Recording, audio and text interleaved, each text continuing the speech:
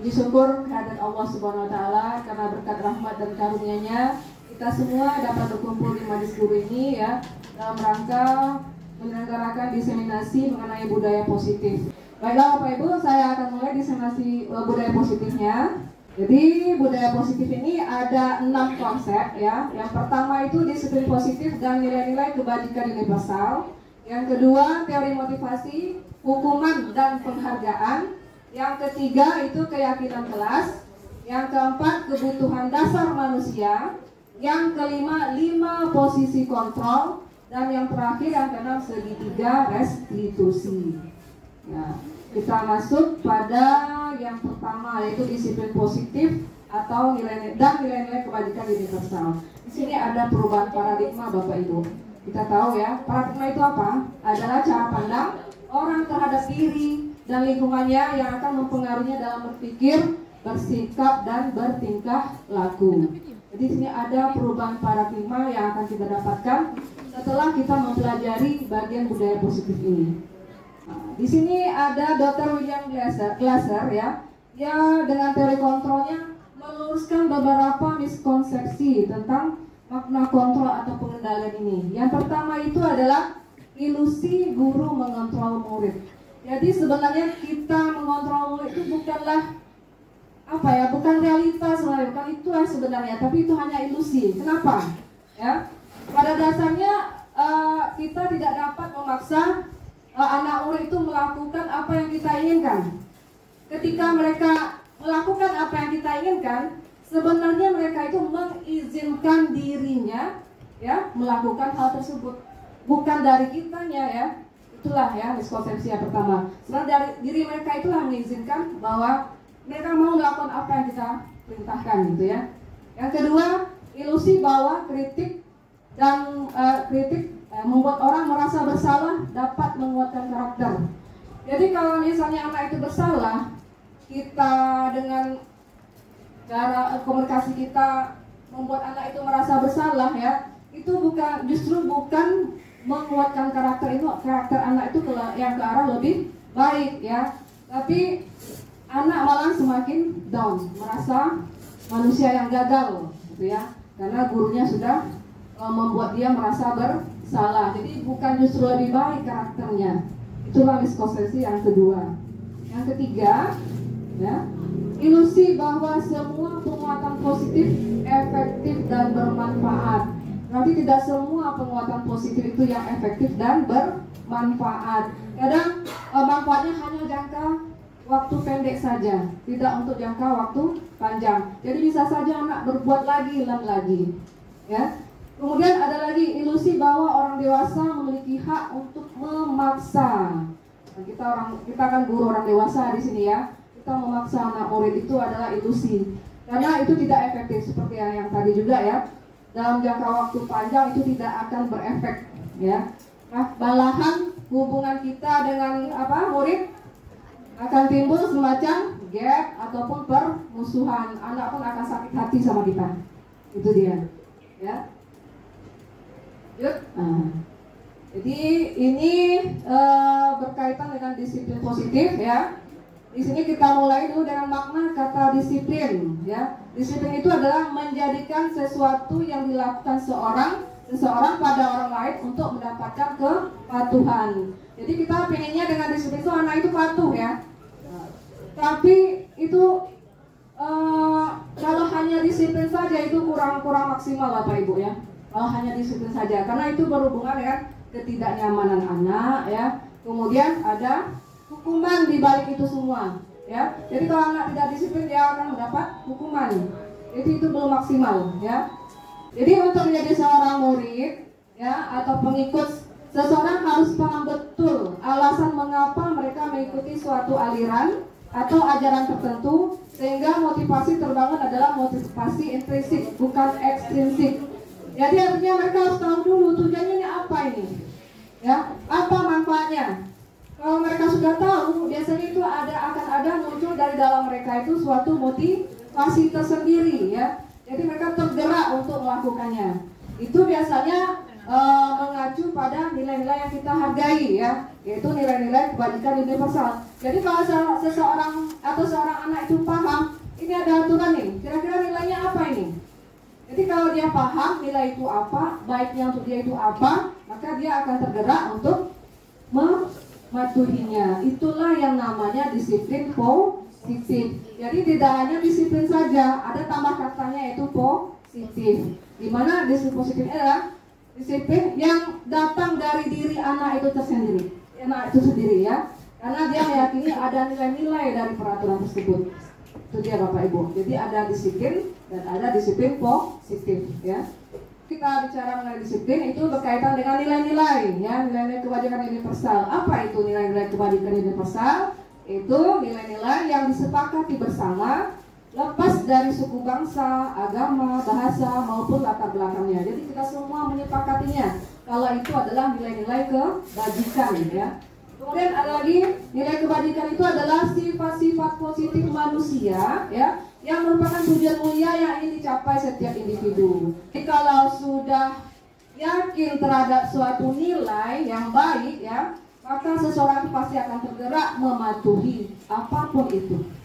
Jadi untuk kita bisa menerapkan nilai-nilai kebaikan atau kebajikan tersebut, terlebih dahulu tentu ada motivasi, ya, motivasi pada diri kita. Ini berkaitan dengan teori motivasi perilaku manusia. Teori motivasinya ada 3. Yang pertama itu manusia itu akan melakukan sesuatu, dia akan termotivasi. Yang pertama itu untuk menghindari ketidaknyamanan atau hukuman. Jadi dia melakukan sesuatu takut dihukum. Sama orang kita, ya, misalnya takut dihukum terlambat, jadi dia datang tepat waktu. Jadi dia melakukan itu karena takut dihukum. Nah, itu motivasi yang pertama. Yang kedua, dia ingin melakukan sesuatu itu karena untuk mendapatkan imbalan. Oh, dia ulangannya harus dapat 100 nih, ya. Nanti ibu itu akan mengasih saya hadiah. Nah, itu dia, ya. Jadi dia gara-gara ada hadiah dari gurunya, dia bekerja keras belajar, ya, agar ulangannya dapat 100. Itu yang motivasi yang kedua. Yang ketiga itu menghargai diri sendiri, ya. Yang 2 pertama itu adalah motivasi eksternal. Yang terakhir, yang ketiga ini adalah motivasi internal. Jadi yang lebih baik di sini adalah motivasi internal yang tidak lekang oleh waktu, ya. Jadi kalau orang udah ada motivasi dari dalam diri, ya, dia akan tentu berjalan dengan baik terus, ya. Itulah tujuan dari disiplin positif. Ada hukuman, konsekuensi, dan restitusi. Untuk restitusi nanti kita akan bahas di bagian E dan F, ya. Nah, sekarang hukum dan konsekuensi dulu Bapak Ibu. Jadi sekarang apa perbedaan hukuman dan konsekuensi tersebut? Nah, hukuman itu adalah sesuatu yang menyakitkan yang harus terjadi. Sedangkan konsekuensi adalah sesuatu yang harus terjadi, ya. Kemudian hukuman membuat anak sakit fisik maupun hati untuk jangka waktu yang lama. Dan kalau konsekuensi membuat anak merasa tidak nyaman dalam jangka waktu pendek. Kemudian, nah ini dia, dihukum oleh penghargaan. Kenapa ya Bapak Ibu? Dia dapat penghargaan tapi dia dihukum oleh penghargaan. Nah, di sini ahli Alfikon, ya, mengemukakan baik penghargaan maupun hukuman adalah cara-cara mengontrol perilaku seseorang yang menghancurkan potensi untuk pembelajaran yang sesungguhnya, ya. Menurut Kohn, secara ideal tindakan belajar itu sendiri adalah penghargaan sesungguhnya. Jadi Hukuman, penghargaan itu adalah menghancurkan potensi katanya ya. Tapi yang bagus itu adalah yang tindakan anak itu, tindakan belajarnya itu, itulah justru ya penghargaan yang sesungguhnya. Bagaimana maksudnya itu? Nah, ini dia.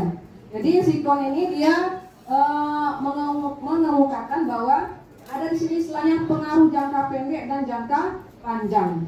Ya, dimana penghargaan lagi dan lagi, maka orang tersebut akan tergantung pada penghargaan tersebut yang diberikan, serta kehilangan motivasi dari dalam. Kemudian penghargaan tidak efektif, ya maksudnya apa?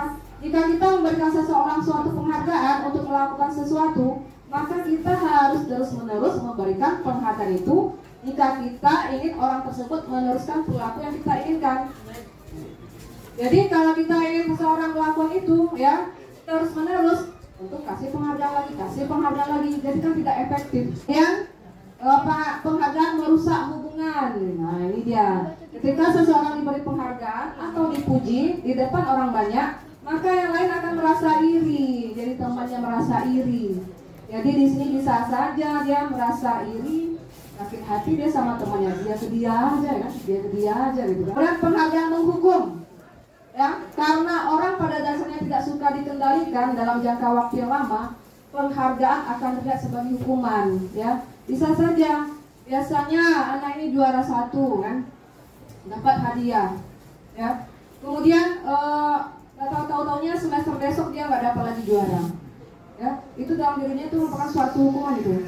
Jadi bukan penghargaan yang kita berikan ya Bapak Ibu, tapi apresiasi kebajikan. Contohnya seperti apa di sini ya?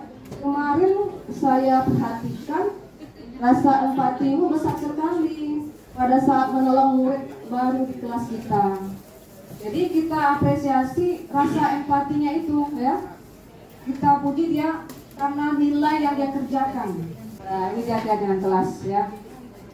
Yang bagian C itu adalah keyakinan kelas. Ini masih berhubungan dengan nilai-nilai juga Bapak Ibu ya. Bahwa keyakinan kelas adalah nilai-nilai kebajikan universal yang diyakini dan disepakati bersama, berasal dari dalam diri dan tanpa paksaan yang akan diterapkan di dalam kelas. Jadi anak-anak yang dalam kelas tersebutlah yang akan ya membuat keyakinan tersebut ya, karena mereka juga yang akan menjalaninya. Bagaimana prosedur pembuatan keyakinan kelas? Di sini saya sudah mempraktekkan ya Bapak Ibu di kelas 12 MIPA. Pertama saya meminta anak itu mencurahkan pendapatnya dulu. Kira-kira peraturan yang ingin dia ada di kelas ini apa? Ya, peraturan atau kesepakatan yang membuat mereka nyaman di kelas ini ya, kira apa? Jadi di situ mereka tuliskan ke sebuah kertas. Waktu itu saya pakai kertas sticky note ya. Jadi masing-masing anak saya minta menuliskan. Nanti setelah mereka menuliskan, saya minta anak menempelkan ke depan ya. Saya tempelkan karton ya. Saya tulis itu ke kesepakatan kelas. Jadi mereka tempel satu persatu. Setelah itu saya tally bersama anak, saya tally ya. Dari kesepakatan itu kita lihat ya, dia tidak boleh ada kalimat negatif ya. Berarti tidak boleh ada kata tidak ataupun dilarang. Jadi kita lihat satu persatu ya. Mana yang ada kalimat negatif kita ubah. Nah, kemudian setelah itu setelah kita ubah menjadi kalimat positif semua, kemudian kita sepakat ya menentukan apa saja nilai keyakinan dari setiap peraturan tersebut. Nah, apa keyakinannya? Kita tulis lagi ya. Setelah itu biar nampak kita tempelkan di karton bisa saja ya. Atau misalnya kita ketikkan nanti kita print bisa saja ya. Kalau saya saya semalam itu saya tempel bersama anak-anak, saya gunting ya, ditulis dulu, gunting, tempel di karton.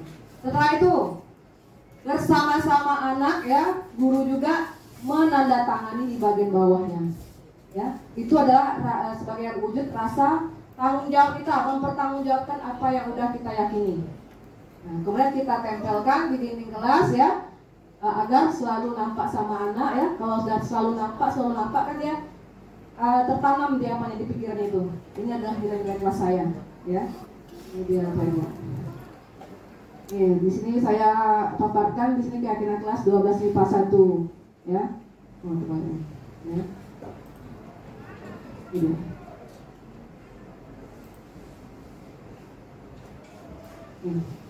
Jadi saya menjelaskan dulu ya apa itu keyakinan kelas, kenapa kita perlu keyakinan kelas. Kemudian saya menjelaskan prosedurnya. Kemudian setiap anak menuliskan di kertas sticky note ya, menempelkannya. Kemudian saya meneliti satu persatu, mana tahu ada yang kalimat negatif ya di sini. Kemudian dari kesepakatan kelas itu kita tentukan keyakinannya, kita tulis lagi. Kemudian dari keyakinan itu kita buat di kertas, tempel di karton seperti ini. Kemudian untuk rasa pertanggungjawabannya masing-masing anak menandatangani, termasuk gurunya sendiri ini. Ya, oke, ini biasanya. Kelas 12 IPA 1.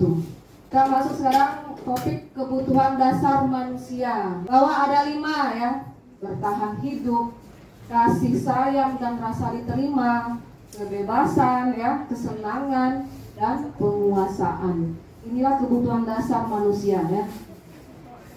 Sini kita lihat satu persatu.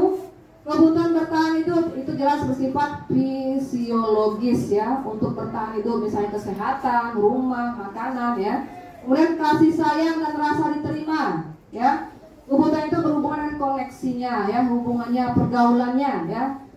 Dimana untuk memberi dan menerima kasih sayang ya, dan kebutuhan untuk merasa menjadi bagian dari suatu kelompok. Jadi kalau dia diasingkan ya, itu kenalah di kasih sayang ini, kalau dia diasingkan dalam kelompoknya.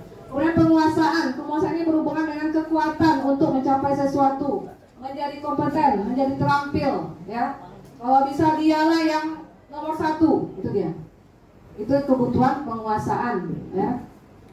Lanjut, kebebasan. Ini berarti dia perlu mandiri, kebutuhan kemandirian, otonomi, dia berhak menentukan pilihan. Itu dia kebebasan. Kesenangan jelas, dia mau senang ya, bermain, tertawa. Ini 5 kebutuhan ini sebenarnya ya, bukan anak saja, kita pun ada ya. Kita pun butuh 5 kebutuhan dasar ini. Jadi tindak tanduk dari anak itu, sikap, tingkah lakunya itu ya, baik itu positif maupun negatif, itu berhubungan dengan pemenuhan kebutuhannya. Jadi semua orang senantiasa berusaha untuk memenuhi kebutuhannya dengan berbagai cara. Bila mereka tidak bisa mendapatkan kebutuhan yang dengan cara yang positif, mereka bisa melanggar peraturan dan lakukan hal-hal yang tidak sesuai dengan nilai-nilai kebajikan dengan tujuan agar kebutuhan mereka terpenuhi. Nah, inilah dia 5 posisi kontrol. Posisi kontrol kita dalam menghadapi murid-murid kita. Ada 5 di sini. Yang pertama itu penghukum. Ya, penghukum itu ya bisa menggunakan hukuman fisik maupun verbal tadi ya, dari ucapan ya. Kalau ucapan itu nada suara tinggi, bahasa tubuh, mata melotot ya, jari menunjuk, menghadik. Kamu gitu kan. Terlambat lagi, pasti terlambat lagi. Selalu datang terlambat. Kapan bisa datang tepat waktunya kamu ini? Gitu kan? Itu adalah posisi penghukum. Hasilnya bagaimana terhadap anak? Anak kemungkinan akan marah, sakit hati, malahan dendam sama gurunya. Ya, verbal itu bisa saja dendam ya, verbal, Bapak Ibu ya. Kemudian yang kedua, membuat merasa bersalah ya. Guru di sini bersuara lebih lembut ya, lembut suara gurunya, memelas ya, halus. Cuman di situ mengena di anaknya, mengenanya malah menjadi anaknya down. Ya, bahasanya seperti ini. Adi, kau ini bagaimana ya? Kamu sudah berjanji dengan ibu tidak akan terlambat lagi. Kamu kenapa ya senang sekali mengucapkan ibu? Ya, ibu benar-benar kecewa sekali loh. Nah, gitu. Jadi anak itu merasa bersalah kan? Nah, ya. Jadi merasa bersalah ini sebenarnya bukan karakter membuat karakter anak jadi dia apa ya? Memang dia itu pula dia sedih, ya. Sedih pula dia dengar gurunya seperti itu kan? Jadi membuat merasa bersalah ya. Kemudian posisi ketiga teman. Nah, jadi teman ya, guru dan murid itu jadi teman. Di sini berupa hubungan baik yang terjalin antara guru dan murid. Guru di posisi teman menggunakan hubungan baik dan humor untuk mempengaruhi seseorang. Nada suaranya ramah, akrab, bercanda ya. Bahasa tubuhnya merapat pada murid, mata dan senyum jenaka. Seperti ini. Adi, ayolah, bagaimana sih kamu? Kemarin kamu sudah janji ke bapak bukan? Kenapa terlambat lagi ya? Sambil tertawa ringan ya.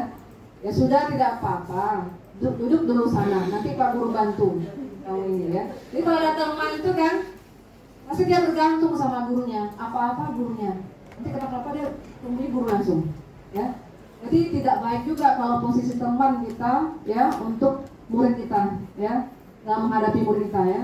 Jadi posisi teman ini membuat anak itu tergantung bila ada masalah. Dia merasa bisa mengandalkan gurunya ya untuk membantunya. Itulah posisi teman.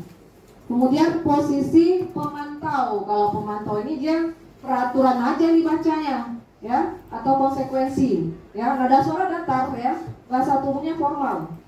Guru, Adi, tahukah kamu jam berapa kita memulai pelajaran gitu ya? Tahu Pak, kamu terlambat 15 menit. Apakah kamu sudah mengerti konsekuensi yang harus dilakukan bila terlambat? Nah, gitu datar nadanya punya suaranya. Ya, paham Pak, saya harus tinggal kelas pada jam istirahat nanti dan mengerjakan tugas ketertinggalan saya. Ya, benar. Nanti pada saat istirahat kamu harus tinggal di kelas untuk menyelesaikan tugas yang tertinggal tadi. Saya tunggu. Jadi memantau ya. Jadi dia melaporkan peraturan gurunya. Kamu udah melanggar ini, konsekuensinya ini gitu. Jadi di sini murid menjalankan konsekuensinya ya. Kemudian murid sebenarnya tidak nyaman seperti itu. Dan guru pun di sini yang sebagai pemantau ini dia akan memantau anak, apakah anak itu mengerjakannya, apakah dia tinggal selama istirahat di kelasnya. Dia akan memantau. Dan terakhir itu posisi manajer. Ya, manajer di sini adalah di mana guru berbuat sesuatu bersama dengan murid, mempersilahkan murid mempertanggungjawabkan perilakunya, mendukung murid agar menemukan solusi atas permasalahannya sendiri. Jadi di sini anak dituntut untuk mempertanggungjawabkan, ya, mencari sendiri, berarti mandiri anak ya, mencari solusinya. Dia sudah melakukan kesalahan ya, kemudian dia mempertanggungjawabkannya ya, kemudian secara mandiri mencari solusi terhadap kesalahan yang dia lakukan. Ya, di sini butuh kemampuan kita berkomunikasi Bapak Ibu. Bagaimana kita bisa berbicara kepada anak itu terarah untuk mempertanggungjawabkannya dan terarah ya, dia dapat mencari solusinya. Itu komunikasi kita di sini, Bapak Ibu. Ya, misalnya di sini percakapannya, guru ya, Adi, apakah kamu mengetahui jam berapa sekolah dimulai? Tahu Pak, jam 7. Ya, jadi kamu terlambat. Kira-kira bagaimana kamu akan memperbaiki masalah ini? Jadi kan diserahkan Tuhan ke anaknya, ya, bukan kita langsung memerintah anak seperti ini gitu ya. Kemudian saya bisa mengingatkan teman saya Pak untuk mengejar tugas yang tertinggal. Baik, itu bisa dilakukan. Apakah besok akan ada masalah untuk kamu agar bisa hadir tepat waktu ke sekolah? Tidak Pak, saya bisa hadir tepat waktu. Baik, saya hargai usahamu untuk memperbaiki diri. Jadi anak itu sendiri yang mencari solusi. Yang jadi efek untuk anak adalah dia muncul kemandirian dan rasa tanggung jawab ya. Ini Bapak Ibu, dari 5 posisi ini ya, posisi manajerlah yang paling ideal ya, walaupun itu perlu usaha yang lebih ya. Bagaimana kita menahan emosi kita nih ya Bapak Ibu ya. Anak ini udah bertingkah, gimana kita supaya tetap redam dulu ya. Ya, tidak di depan anak-anak yang lain kita menyelesaikan masalah itu. Kita panggil dulu anak tersebut. Ya, kita panggil anak tersebut ya. Jadi di sini guru menggunakan komunikasi yang tepat ya. Jadi mandiri anak itu muncul, tanggung jawabnya muncul. Yang segitiga restitusi, Bapak Ibu ya. Restitusi itu apa? Restitusi itu adalah proses menciptakan kondisi bagi murid untuk memperbaiki kesalahan mereka sehingga mereka bisa kembali pada kelompok mereka dengan karakter yang lebih kuat. Jadi anak setelah bermasalah, dia bukannya menjadi lebih buruk, tapi menjadi lebih baik. Itu dia restitusi ya. Jadi di sini Bapak Ibu dalam menghadapi anak-anak yang bermasalah ada 3 langkah yang bisa Bapak Ibu terapkan. Ya, berdasarkan pengetahuan yang kami dapatkan ini ya. Yang pertama itu adalah menstabilkan identitas. Yang kedua, validasi tindakan yang salah. Kemudian yang ketiga itu menanyakan keyakinan. Coba, ketiga langkah itu seperti apa ya? Pertama, menstabilkan identitas ya. Untuk membuat anak yang merasa gagal ya, menstabilkan identitas ini berarti membuat anak yang merasa gagal ya karena melakukan kesalahan menjadi positif, jadi netral dia, ya. Jadi di sini bisa saja kalimat itu kepada anak ya, kita nggak langsung kamu gini nggak itu ya, kamu ngapa ini, nggak seperti itu. Kita bisa mengucapkan kalimat bisa saja seperti ini, berbuat salah itu tidak apa-apa, ya. Kemudian ada katanya tidak ada manusia yang sempurna. Jadi kita awali dengan kalimat tersebut, ya. Ketika kita ingin melakukan restitusi kepada anak, ya. Ya, saya juga pernah melakukan kesalahan itu, ya. Kita bisa menyelesaikan ini, ya. Bapak Ibu tidak mencari siapa yang salah di sini, ya. Tapi Bapak atau Ibu ingin mencari solusi. Jadi kita bisa menyampaikan kalimat itu dulu kepada anak. Jadi dia yang awalnya tidak mau mendengar, ya, bisa jadi dia mendengar kita. Kemudian yang kedua, validasi tindakan yang salah. Maksud validasi tindakan salah ini adalah kenapa dia berbuat salah. Pasti ada maksud dan ada tujuan, ya. Salah satunya itu tadi memenuhi kebutuhannya, kebutuhan dasarnya. Ya, jika tidak terpenuhi kebutuhan dasarnya bisa saja, ya, kalau nggak positif tindakannya bisa saja negatif, ya. Jadi bisa saja kalimat kita di sini seperti ini. Kamu bisa saja kan melakukan hal yang lebih buruk, tapi kamu tidak melakukannya kan? Ya. Kemudian kamu pasti punya alasan mengapa melakukannya. Ya. Jadi setelah kita menstabilkannya, kita validasi kesalahannya itu kenapa, ya? Apa alasannya? Kamu boleh berusaha, ya. Kamu boleh tetap berusaha menjaga sikap itu, tapi tambahkan sikap yang lain. Kalau seperti ini lebih baik kan gitu, ya. Nah, yang ketiga terakhir menanyakan keyakinan, ya. Anak melihat kesalahannya dihubungkan dengan norma dan nilai-nilai yang mendasari manusia berinteraksi dengan orang lain. Jadi dia berbuat demikian itu kira-kira nilai apa yang dia langgar, gitu ya. Ya, nilai yang sudah dibuatnya, sudah diyakininya, tapi dia langgar, kira-kira apa gitu ya. Jadi bisa saja kalimatnya apa nilai yang kita percaya di kelas, ya, yang sudah dilanggar, ya. Kemudian nilai-nilai universal apa yang telah kita sepakati, Bapak Ibu, ya. Jadi inilah dia segitiga restitusi yang dapat kita lakukan kepada anak yang melakukan pelanggaran, melakukan kesalahan. Jadi kita tidak langsung menjudge anak, ya, menyalahkan langsung, ya. Oke, Bapak Ibu. Nah, di sini saya sudah mencoba membuat mempraktekkan segitiga restitusi. Di sini ada anak, dia terlambat 1 jam masuk ke kelas. Jadi terlambat 1 jam waktu dia masuk ke kelas, ya, saya nggak langsung memarahi dia, ya, nggak langsung memarahinya, bukan, ya. Nah, jadi saya persilahkan duduk. Setelah habis jam pelajaran saya akan panggil anak tersebut. Jadi tidak di depan anak itu kita menyelesaikan, ya, atas kesalahan yang dilakukannya. Kita panggil dia. Itu salah satu, ya, restitusi juga, ya, menstabilkan anak, ya. Ini merasa bersalah nih, ya, bersalah.